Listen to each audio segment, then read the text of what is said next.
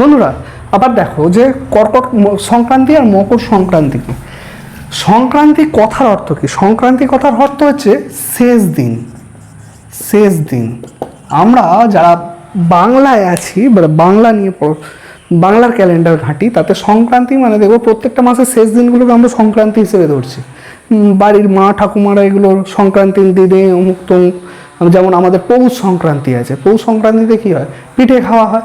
তো সেদিনকে মকর স্নান করা হয়।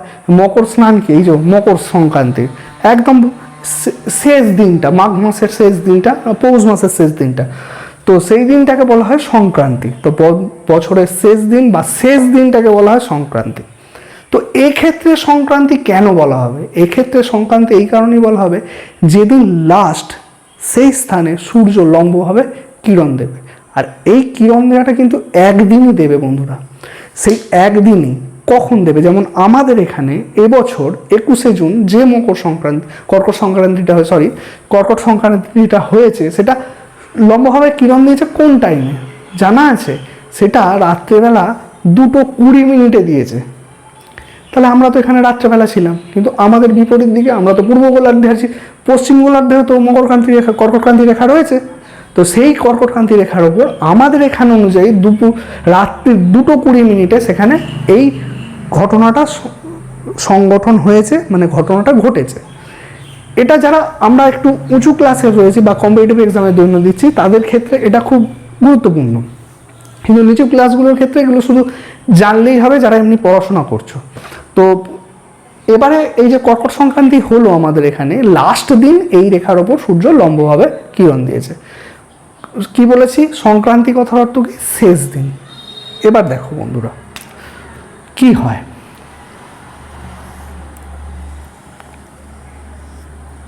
এটা যদি পৃথিবী হয়, এটা হচ্ছে নিরক্ষরেখা, এটা হচ্ছে কর্কটক্রান্তি, এটা হচ্ছে মকর। কর্কট এটা নিরক্ষ, আর এটা হচ্ছে মকর। মকর নিচের দিকে আছে, এটা কি গোলার্ধ? উত্তর গোলার্ধ। এটা কি গোলার্ধ? দক্ষিণ গোলার্ধ। তো সূর্যর পতন কোণ অনুযায়ী আমাদের এইগুলোকে ভাগ করা রয়েছে। যেমন এটার মান হচ্ছে 0 ডিগ্রি, এটার মান 23.5 ডিগ্রি উত্তর, এটার মান 23.5 ডিগ্রি কিন্তু দক্ষিণ। প্রতিবাদ স্থান বলেছি না, এই কর্কটক্রান্তি রেখার প্রতিবাদ স্থান আমরা মকরক্রান্তি রেখাও ধরতে পারি। আমাদের এখানে এখন গরম চলছে, কর্কটক্রান্তি রেখায় আমরা রয়েছি 23.5 ডিগ্রি, আমরা 22 ডিগ্রি 30 মিনিটে রয়েছি। তো সেখান থেকে আমরা মকরক্রান্তিতে যখন দেখবো, তখন দেখবো সেখানে শীতকাল চলছে। মানে এইখানে যদি যে মহাদেশগুলো রয়েছে সেখানে শীতকাল চলছে, যেমন অস্ট্রেলিয়াগুলোর, দক্ষিণ আফ্রিকার, আমেরিকার নিচের দিকগুলো এখন শীতকাল চলছে। তো সেই অনুযায়ী কি না, সূর্যের পতন কোণ অনুযায়ী কি করে ভাগ করা রয়েছে প্রত্যেকটা এগুলো সব এক একটা উষ্ণতার অনুযায়ী ভাগ করা রয়েছে। নিরক্ষরেখায় উষ্ণতা খুব বেশি হয়, সারা বছর উষ্ণতা বেশি থাকে। কর্কটক্রান্তি রেখায় ধরে নেওয়া যায় 6 মাস উষ্ণতা বেশি থাকে, মকরক্রান্তি রেখায় ধরে নেওয়া হয় 6 মাস উষ্ণতা বেশি থাকে। মানে যেতে আসতে যেটুকু সময় লাগে। আমি আগের ভিডিওটা দেখালাম যে এখান থেকে এদিকে যাবে, মানে সূর্যরশ্মি কি হয় না, এখান থেকে এখানে পড়ে প্রথম, এটা লম্বভাবে পড়ে। কিভাবে পড়ে? লম্ব। আর পরে এগুলোতেই কি হয় দেখো, দূরত্ব বেড়েছে, লাইনগুলোর আকৃতি বেড়েছে, এগুলোকে বলা হয় তির্যক। কি হয়? তির্যক রশ্মি।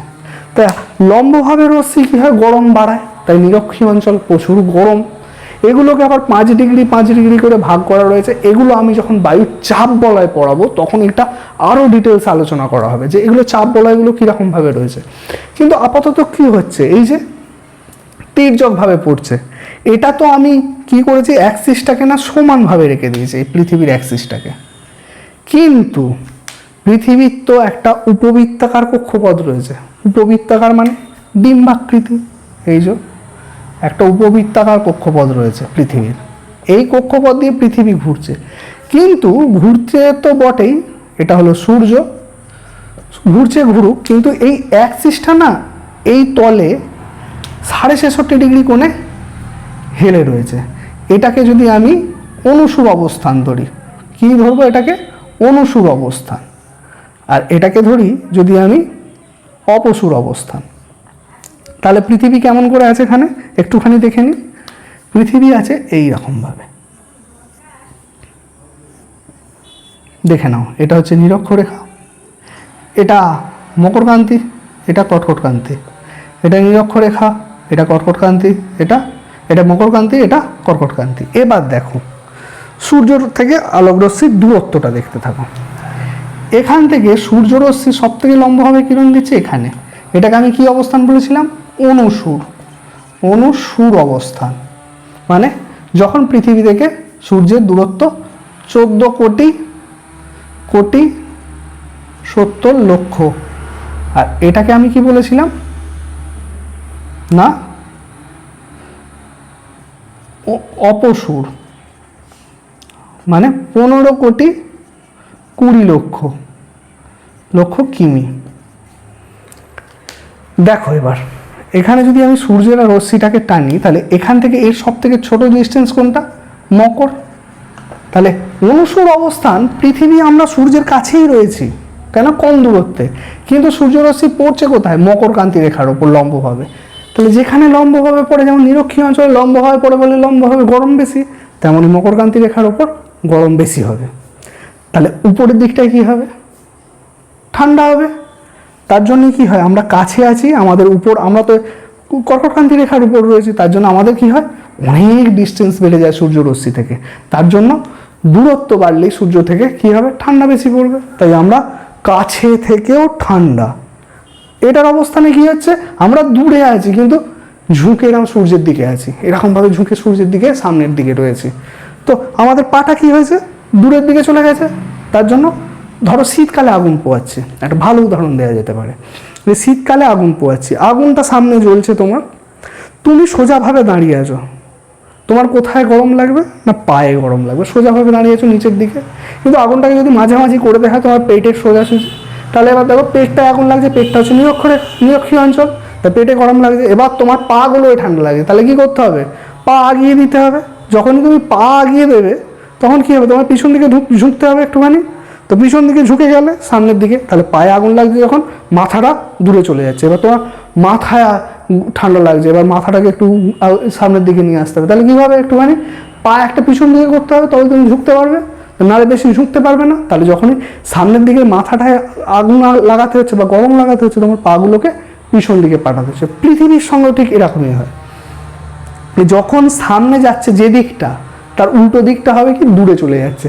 ঠিক এই অবস্থানে দেখো, যখন অনুসূর অবস্থান চলে তখন কি হয়, পৃথিবী দক্ষিণ গোলার্ধটা সামনে আসে, দক্ষিণ গোলার্ধ মানে পাটা সামনে এসে গেছে। আর উত্তর গোলার্ধকে যদি আমি মাথা ধরি, তাহলে মাথাটা কি হবে, দূরে চলে গেছে। আবার অপসূর অবস্থানে কি দেখবো না, পৃথিবীর মাথাটা উত্তর গোলার্ধটা মাথা হিসেবে সামনের দিকে ঝুঁকে আছে, আর পাটা পিছনের দিকে চলে গেছে। তার জন্য গরম কম লাগছে। তার জন্য কি হয়, আমরা দূরে থেকেও আমরা তাপ বেশি পাই, আবার কখনো কাছে থেকে আমরা তাপ কম পাই, যেহেতু আমরা উত্তর গোলার্ধে রয়েছি। এই অবস্থা ঘটতে থাকে কর্কট সংক্রান্তি, মকর সংক্রান্তি। এবার যে তারিখগুলো দেওয়া রয়েছে দেখো, অনুসূর অবস্থান আর অপসূর অবস্থান কিন্তু একই ডেটে ঘটে না। এইগুলো আর এটা একই ডেট না, মোটামুটি এটা জুলাইয়ে ঘটে। 4 জুলাই আমরা কোথায় যাব, সূর্য থেকে সব থেকে আমাদের দূরত্ব বেশি হয়ে যাবে 4 জুলাই, কিন্তু আমরা সূর্য থেকে সব থেকে দূর থাকবো তখন। কিন্তু 21 জুনে কি হয়েছে না, কর্কটকান্তি রেখার ওপর সূর্য লম্বভাবে লাস্ট দিন কিরণ দিয়েছে। তার আগে পর্যন্ত আস্তে আস্তে কি হয়েছে না, এইরকমভাবে আস্তে আস্তে এই নিরক্ষীয় অঞ্চলে দিয়েছিল কবে, মার্চ মাসে দেওয়ার পর এখান থেকে আস্তে আস্তে আস্তে আস্তে জুন পর্যন্ত উঠে এলো, 21 জুন পর্যন্ত। লাস্ট দিন 21 তারিখ দিয়ে দিয়েছে, আজকে 22 তারিখ, 23 তারিখ ফিরতে আরম্ভ করে দিয়েছে। এবার আস্তে আস্তে ফিরে যাবে, ফিরে যেতে যেতে সেপ্টেম্বর মাসে এখানে আবার দেবে 23 সেপ্টেম্বর, দিয়ে তারপর চলে যাবে কোথায়, নিচের দিকে। এই নিচের দিকে কবে লাস্টভাবে কিরণ দেবে, সেটা মকর সংক্রান্তি 21 ডিসেম্বর। তারপরেই আসবে কি আমাদের বড়দিন কি আমাদের এখানে হবে, ডিসেম্বর মাসে আমাদের এখানে থাকে ঠান্ডা। তাই দক্ষিণ গোলার্ধে ওরা খ্রিস্টান ধর্ম অনুযায়ী এটাকে বড়দিন আখ্যার নাম দিয়েছে 25 ডিসেম্বরটাকে। তাই আমরা সবাই মিলে বড়দিন পালন করছি। ডিসেম্বরে দেওয়ার পর আবার এখান থেকে উঠে আসবে মার্চ মাস পর্যন্ত। এটাকে বলা হয় সূর্যের উত্তরায়ণ, এটাকে বলা হয় সূর্যের দক্ষিণায়ন। আয়ন কথার অর্থ হচ্ছে পথ।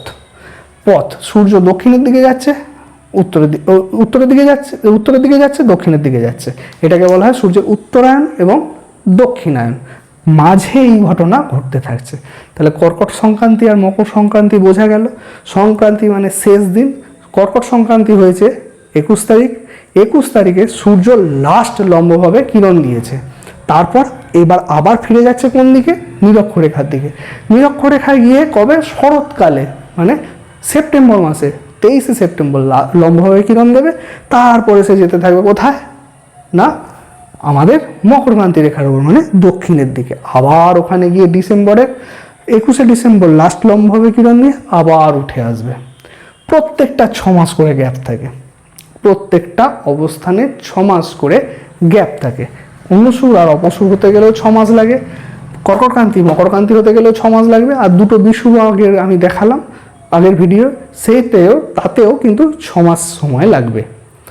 এই গেল অবস্থা।